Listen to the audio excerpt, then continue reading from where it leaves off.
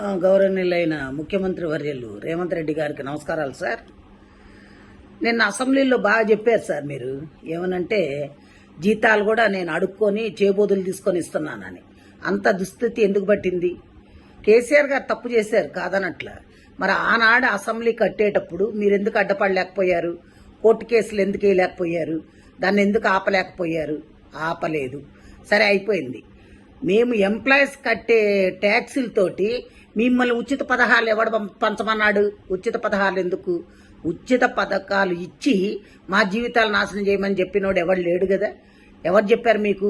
ఉద్యోగస్తులకు బడ్జెట్ ఉంటుంది కదా. మా జీతాలు మాకున్నప్పుడు మాది మీరు ఇంకా అడుక్కునేది ఎందుకు? వేరే దానికి ఎందుకు ఉపయోగిస్తున్నారు? ఫ్రీ బస్సు ఎవరు పెట్టమన్నారు? ఎవడైనా ఈ రోజుల్లో మరీ కూటికి లేని పేదలు నిరుపేదలు ఉంటే ఆధార్ కార్డు చూపెడితే వాళ్ళకి ఇవ్వాలి. అంతేగాని ఒక కూలోడు బయటకు వస్తే 800 రూపాయలు, 1000 రూపాయలు మగవాళ్ళకి, ఆడవాళ్ళకి 800. అలా సంపాదిస్తున్నప్పుడు అది తీసుకెళ్ళి ఎక్కడ పోస్తున్నారు? బ్రాందీ షాపుల్లో పోస్తున్నారు.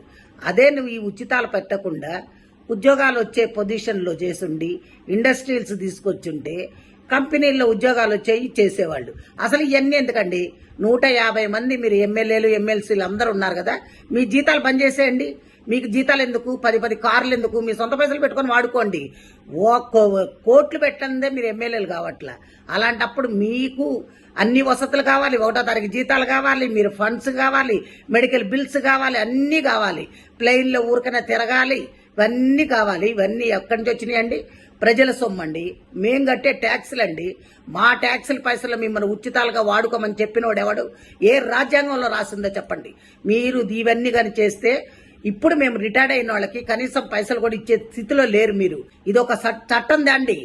స్టేట్ కానీ సెంట్రల్ కానీ మీ ఇష్టం వచ్చినట్టు వాడుకొని మాకు ఉచితాలు ఇస్తున్నాం, మీకు ఉచితాలు ఇస్తున్నాం అని చెప్తున్నారు. ఉచితాలు ఎవరికి ఇస్తున్నారు? ఉచితాల పేర్లతోటి మీ కార్యకర్తలకి దోసి పెట్టుకుంటున్నారు. అంతేగాని మీరు ఎవరికేం చెయ్యట్లా, న్యాయం జరగట్లే అక్కడ. కాబట్టి దయచేసి మీరు ఇంకోసారి ఈ పిచ్చి సలహాలు ఇవ్వకుండా ఇప్పుడు ఎవరికైతే క్లాస్ 4th ఎంప్లాయీస్ కూడా జీపే పై పెట్టుకుంటే బిల్లులు ఇచ్చే స్థితిలో లేకుండా అయిపోయారంటే ఏమనుకుంటున్నారు? ముందు అర్జెంటుగా మా బిల్లులు మాకు పాస్ చేయండి. రిటైర్డ్ అయిన వాళ్ళకి మర్యాదపూర్వకంగా డబ్బులు ఇచ్చి పంపించండి. అది పద్ధతి.